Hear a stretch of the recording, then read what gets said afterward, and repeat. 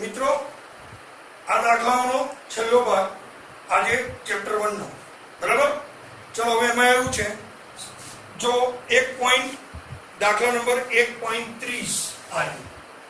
હવે શરૂઆત કરીએ છીએ. 12 કાર્બન એવું લખીએ, પરમાણુનું દળ ગ્રામમાં કેટલું થાય બરાબર. તો 12C પરમાણુનું શેમાં દળ કીધું, ફરી ગ્રામમાં દળ. તો શું સૂત્ર થાય? ગ્રામમાં દળનું સૂત્ર શું થાય? તો કાર્બનનું પરમાણુય દળ છેદમાં એવોગેડ્રો.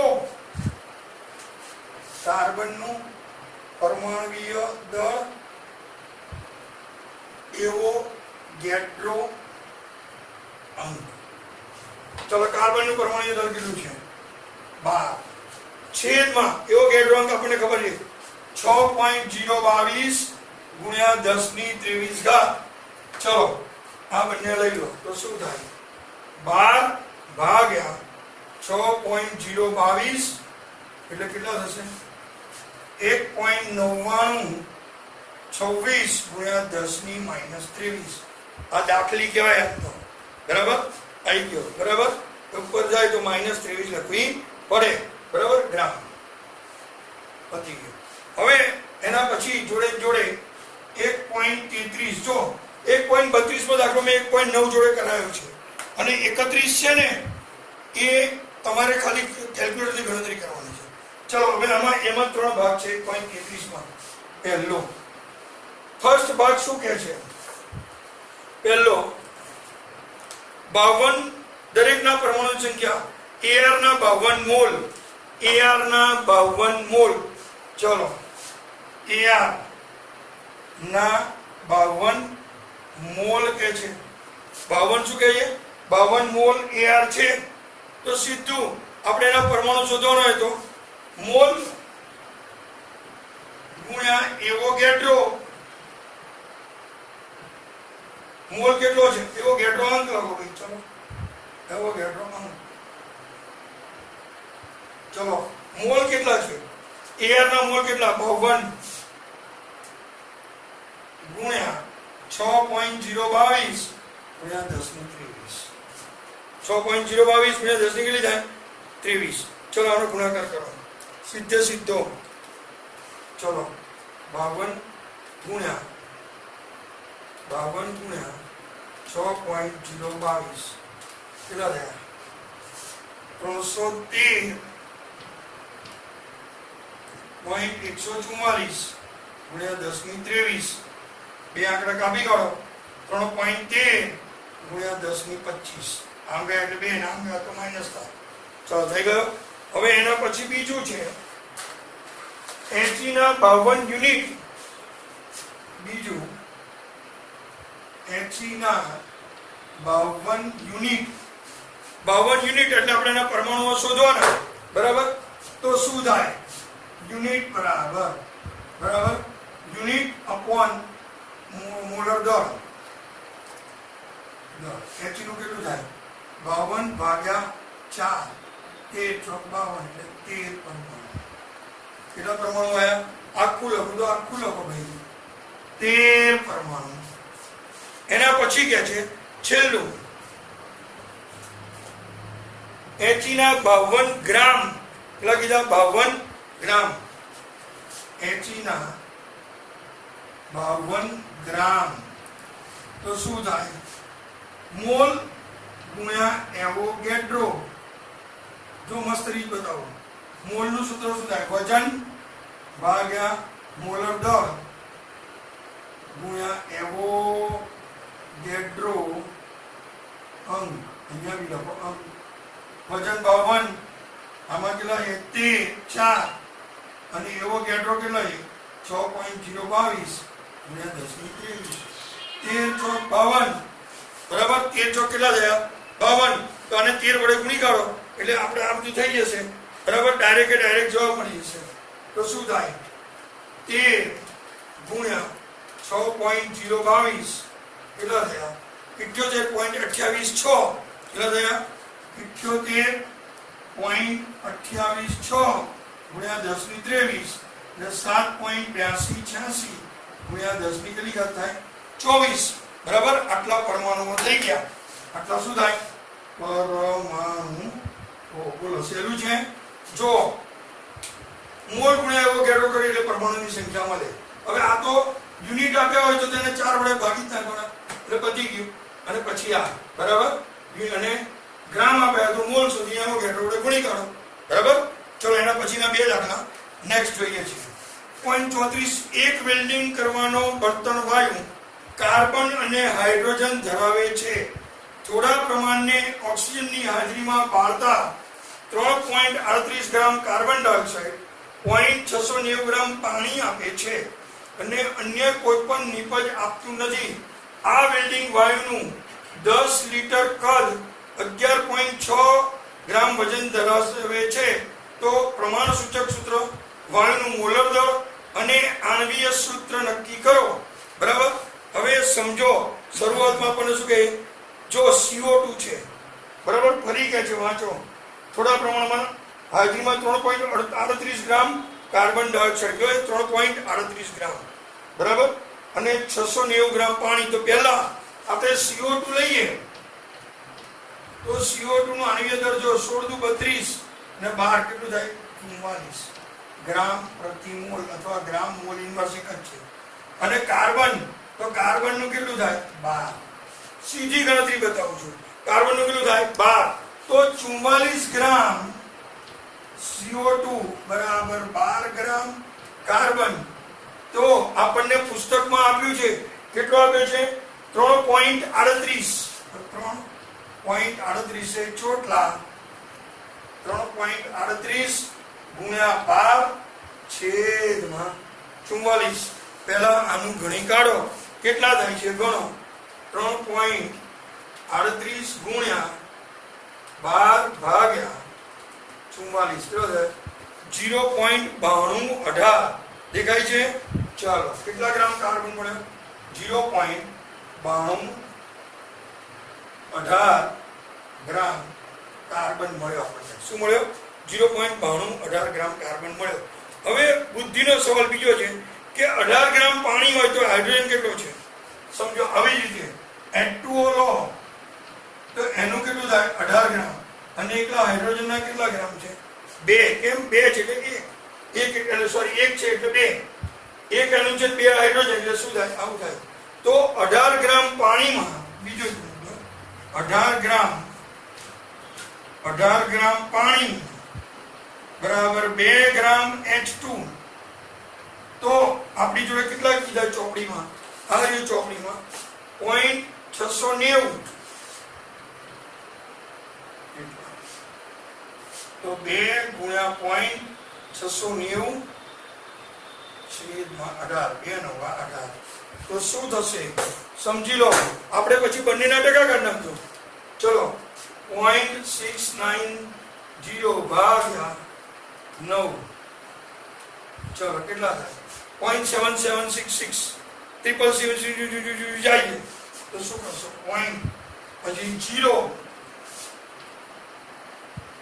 ઓ બાપા, આપણે કેટલા કાઢ્યા? 4. તો 0.1 2 3 અને એક વધારે 4. આ થઈ ગયા. હવે આપણે આના ટકા કાઢવા પડશે ને. તો આપણે કારણ કે પેલું પ્રમાણ સૂચક સૂત્ર શોધવાનું, તેના ટકા તો કાઢવા પડશે ને. તો બંનેનું ટોટલ મારો કેટલું છે? કુલ 0.9218 પ્લસ 0.0767. ચલો કરો.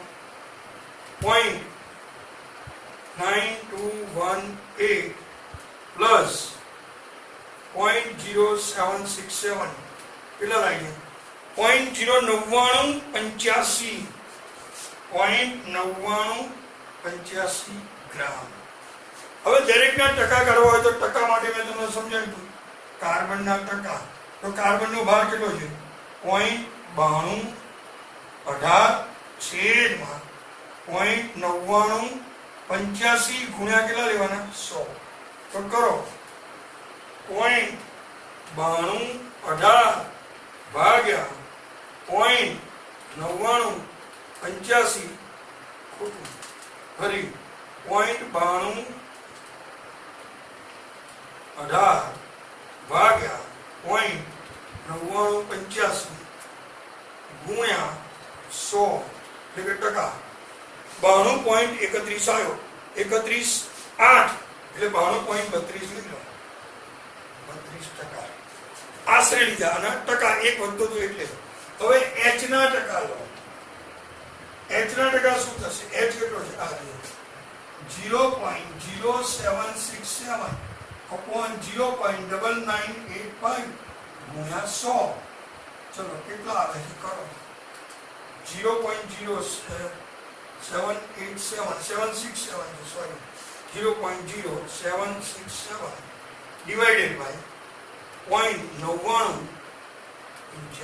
કેટલા આવ્યા ગુણ્યા 100 7.68% આયા નિયરલી ઇક્વલ 7.68 બરાબર. હવે આપણું સૂત્ર કાર્બન હાઇડ્રોજન પહેલા શું લખીશું? ટકા. ચલો આપણે આપણી રીતે કરો. પહેલા શું લખશું? ટકા. ટકા કેટલા છે કાર્બનના? 92.32 અહીંયા 7.68. હવે બીજો નંબર આપણે શું તો ટકા ભાગ્યા અણુભાર તો અહીંયા 92.32 ભાગ્યા 12 અને 7.68 ભાગ્યા 1. ચલો આનો જવાબ કેટલો આવશે? 92.32 ભાગ્યા 12 કેટલા આવ્યા? 7.69. જોઈ લો બંનેમાં સેમ જ આવે છે. 7.69 આનું શું આવે? 7.68. મેં શું કીધું? ઓછા વડે ભાગો. બંનેમાં ઓછા કયા છે? આ રહ્યા. તો આના વડે બંને ભાગો. 7.69 ભાગ્યા 7.68 7.68 ભાગ્યા 7.68. આ બંને સરખા જ કહેવાય એટલે અહીંયા લખવાનું નિયરલી ઇક્વલ ટુ 1. અહીંયા લખવાનું નિયરલી ઇક્વલ ટુ 1. તો આપણે સૂત્ર શું મળ્યું? CH. બંને એક એક છે. જો બંને એક એક છે એટલે શું મળ્યા? CH. બંને એક એક CH મળ્યા. ચલો હવે આનું પ્રમાણ સૂચક દળ કેટલું થાય? તો આનું કેટલું થાય? કાર્બનનું 12 વત્તા 1 બરાબર કેટલા થાય? આપણો 13 ગ્રામ મળ્યો બરાબર. હવે આપણે એનું વજન STPA કદ આપવાનું છે બરાબર. તો STPA કદ તો જો 10 લિટર વાયુમાં એને અંદર લખીએ શું લખીએ? 11.6 ગ્રામ વજન ધરાવે છે. સમજો તો આપણે એનું દર શોધવું પડશે. 10 લિટરે 11.6 ગ્રામ છે તો STPA કદ કેટલું હોય? હંમેશા 22.4 એ ચોટલા 11.6 ગુણ્યા 22.4 છેદમાં 10. ચલો કેટલા થશે જોઈ લો. તો અહીંયા જો આપણે જોવા જઈએ તો આનું થશે 11.6 ગુણ્યા 22.4 ભાગ્યા 10 25.98 25.98 નિયરલી ઇક્વલ ટુ 26. ચલો તો n બરાબર શું થાય? આપણે આ શું થયું? પરમાણુ ભાર તો શું આપણે દળ શોધો આણ્વીય દળ. ચલો તો આણ્વીય દળ એટલે 26 ભાગ્યા 13 કેટલા થયા? 2. માટે n બરાબર 2. માટે અહીંયા આપણે CH છે તો n into CH બરાબર 2 ગુણ્યા CH બરાબર C2H2 કહી શકાય. શું કહેવાય? C2H2. બોલો આવડે કે ના આવડે? m ગુણ્યા પ્રમાણ સૂચક સૂત્ર એટલે NCH હતું બરાબર. તો C2H2. તો આ દાખલો બી એક IMP ગણી શકાય બરાબર. ખાલી ધ્યાન શું રાખવાનું છે? 44 ગ્રામ CO2 તો 12 ગ્રામ આના અંદર આપેલું છે 3.38 ગ્રામ. પાણીનું વજન બી આપ્યું છે 18 ગ્રામ પાણીમાં 2 ગ્રામ હાઇડ્રોજન તો 0.68 કેટલા? એટલે આ બંને એના મળી જશે વજન. બંને વજનનો સરવાળો કરો. આ છેદમાં સરવાળો આ છેદમાં સરવાળો એટલે બંનેના ટકા મળશે. ટકાને આણ્વીય દળ વડે ભાગો ગુણોત્તર મળશે. નાનો ગુણોત્તર જે મળે એ નાના ગુણોત્તર વડે બંનેને ભાગો એટલે સરખું મળ્યું. આનું 13 કાઢી નાખો. 10 લિટર હોય તો 11.6 ગ્રામ તો 22.4 કેટલા? 25.98 એટલે 26. અને 13 વડે ભાગો એટલે 2 વડે એને ગુણો એટલે C2H2. ક્લિયર? દાખલા નંબર 1.35. કેલ્શિયમ કાર્બોનેટની HCl સાથે પ્રક્રિયા કરે તો CaC જો પ્રક્રિયા આપી છે સીધી CaCO3 બરાબર. ઉભા રહો અહીંયા લખો CaCO3S વત્તા 2HCl aqueous gives CaCl2 aqueous plus CO2 gas plus H2O liquid. આવી પ્રોસેસ એક આપેલી છે, બરાબર. 0.25 ml 25 ml આપ્યો છે અને 0.75 mHCl છે. તો પ્રક્રિયા પૂર્ણ કરવા માટે કેલ્શિયમ કાર્બોનેટનું CaCO3 નું આપણે દળ કરવાનું છે. પહેલા આપણે એની m આપ્યો છે એટલે શું લઈશું? મોલારિટી. તો મોલારિટી બરાબર સૂત્ર વજન ભાગ્યા આણ્વીય દળ, આ દળ mw અથવા v વજન લીટર. ચલો, અથવા ml માં આપ્યું છે અહીંયા તો 1000 ઉપર લઈ લો. ચલો, આ w શોધવાનો 1000. હવે CaCO3 16 તરી 48 ને 12, 16 તરી 48 ને 12 કેટલા થાય? 60, બરાબર ને? 48 ને 12 કેટલા? 60.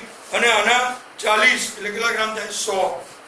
એટલે અહીંયા થશે 100 ગુણ્યા 25 અને અહીંયા મોલારિટી 0.75. આટલું તમને આપેલું છે, બરાબર. ચલો, તો હવે શું કરશો? બરાબર. હવે CaCl2 ગણવાના એ કયા ગણવાના એ આપણે જોવાનું છે. કોણ મોલારિટી કોની આપી છે? સોરી, HCl ની આપી છે. મોલારિટી કોની આપી છે? HCl ની, એટલે 36.5 આવશે. અહીંયા HCl આપી છે એટલે સોરી.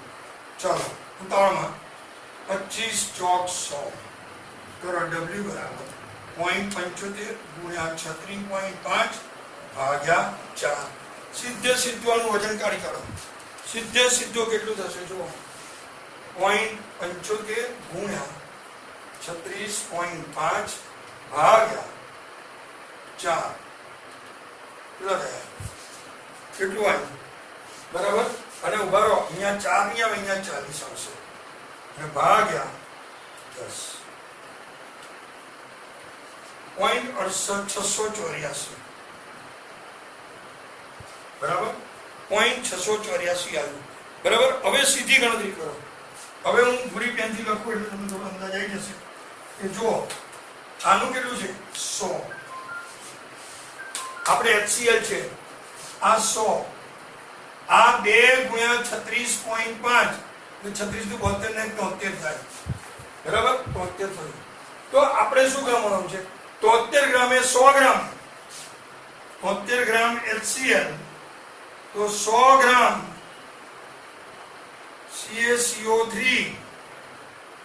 તો 0.684 HCl કેટલા? તો શું થાય?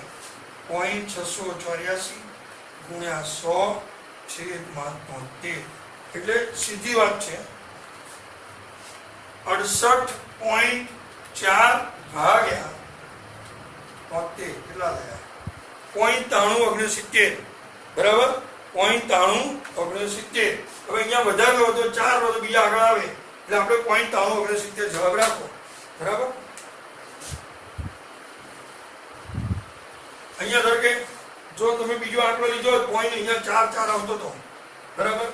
તો શું થાય? ધારો કે પોઈન્ટમાં 68.44 ભાગ્યા 73 તો 0.9375 આવે, બરાબર. એટલે એમાં કોઈ ફેર પડતો નથી. ચલો, એના પછીનો દાખલો છે 1.36. Last but not. પ્રયોગશાળામાં મેંગેનીઝ ડાયોક્સાઇડ હાઇડ્રોક્લોરિક એસિડ સાથે નીચેની પ્રક્રિયા આપે છે. પ્રક્રિયા આપી છે 5 ગ્રામ મેંગેનીઝ ડાયોક્સાઇડ HCl સાથે કેટલા ગ્રામ પ્રક્રિયા કરશે? એકદમ સહેલો અને બુદ્ધિનો સવાલ છે. આ 4 ગુણ્યા 36.5 36 નું 72 144 145 ની આસપાસ થાય. છતાં આપણે ગણતરી કરી લઈએ કેલ્સીમાં, બરાબર. 36.5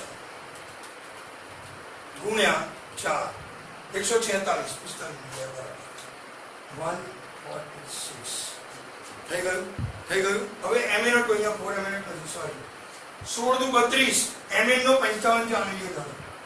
32 નો 55 એટલે કેટલા થયા? 87. જો 32 વત્તા 55 થયા 87. થઈ ગયું.